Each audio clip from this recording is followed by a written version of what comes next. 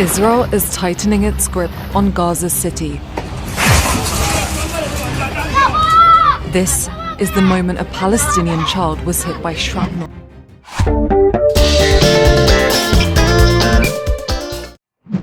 Now 6 more Palestinians have died of starvation in Gaza, bringing child hunger deaths to 94.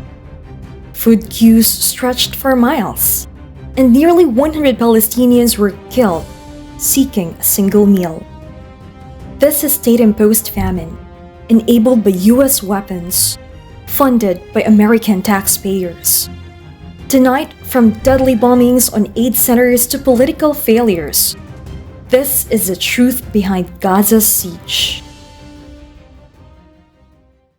On Sunday, Israeli attacks destroyed the Palestinian Red Crescent headquarters. A staff member was killed, and while intercontinental aid is blocked, bombs, many purchased with US dollars, fall on hospitals, universities, and sewage plants. I wish nobody were starving in Gaza, but the cause of that is Israel's war on Gaza, including the starvation of the hostages, if in fact they're starving. And that's enabled by the United States. The United States put up the money for these killing fields called an international humanitarian, whatever they call it, where hundreds of people are killed every single day. And only people who are young and able, and there are not that many left in Gaza, are even able to access these sites. The United States is responsible for this. We, Americans, should be protesting this. The bombs that they dropped on the Red Crescent headquarters, in which one staffer was killed, are American bombs. They have bombed every single hospital in Gaza at least once, and some of them have been completely destroyed. They have destroyed every single university in Gaza. They've destroyed water treatment plants. They've destroyed sewage treatment plants. This is genocide. And this is American facilitated, supported, financed genocide. The Israelis should stop the war. The Israeli people should rise up. But it is Americans who have to rise up. It is our war. It is our money. These are our bombs. These are our bullets. Every single warplane in the Israeli arsenal is American. F-35, F-15, F-16. Every single combat helicopter is American. They do not do what they're doing without the United States holding them up. And we must stop this. The specifics of the massacres of people at these so-called humanitarian aid centers are an American initiative. The United States is enabling Israel to slaughter people seeking food in a situation where Israel is systematically starving. Khalidi reminds us this is not their war, it is ours. As polls show historic opposition to Israel's war, even among Republicans, Khalidi warns the US must face moral accountability. Congress has weakly pushed back, but 27 Democratic senators voted to end arms transfers. He calls for more Americans to join that struggle.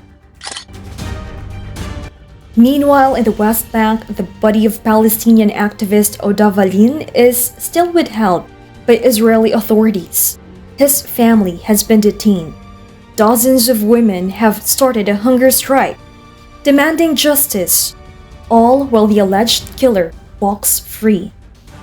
And so this is par for the course. There is a jackboot military dictatorship in a country that claims that half the population under its control have no rights, but claims that it's a democracy. What kind of democracy is it when half of its subjects have absolutely no rights, are subject to this kind of treatment, murdered by settlers? The settler who murders them goes free. The body of the victim is held in a refrigerator somewhere.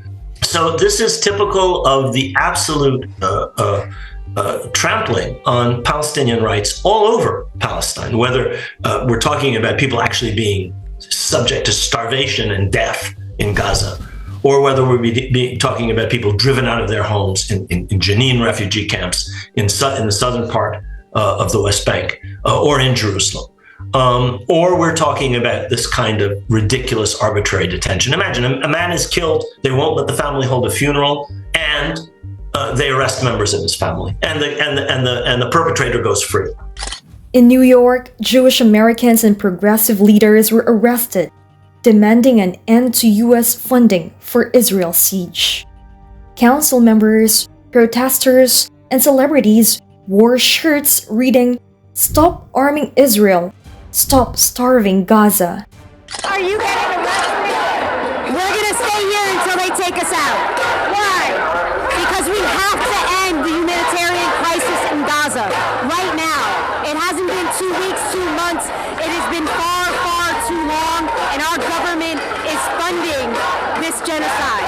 I'm here because it's unconscionable for anyone to stand by while a genocide is perpetrated on innocent people. We're seeing a human-made famine unfold in Gaza that we've been warning about for years and months now. We need to let aid in as soon as possible. We need to stop funding a genocide in Gaza. The senators in New York State are complicit in that if they do not stand up against it. That's why I'm here. Khalidi argues, Americans must demand accountability or face a reckoning at the ballot box. Silence is complicity. Fear of opposing Israel has become moral bankruptcy. As we wrap up, Professor Khalidi, your response to the responses, you just talked about the polls lowest ever in support of Israel. What needs to happen here in the U.S.? American politicians need to realize that the people oppose their policies of unlimited support for Israel. It's about time that the people who are elected by the people respond to the demand that's coming up from almost every sector of American society. Stop this blind support for Israel. End this genocide. The United States can end it. And it is their responsibility to do it, or they will face a reckoning, because people are not going to support representatives who simply do not represent them on this issue that everybody realizes is of enormous moral significance. They should wake up and do the right thing for a change. I'm happy to see that some of them have done that. A couple of them were at this protest. Some senators did the right thing the other day. Many, many more need to do the right thing, or they will be tossed out of office and will deserve to be tossed out of office by angry constituents, not physically, voted out at the polls. This is not Gaza's war, it is ours. Financed with our money, carried out with our weapons. The moral burden falls on us. Will you stand or stay silent?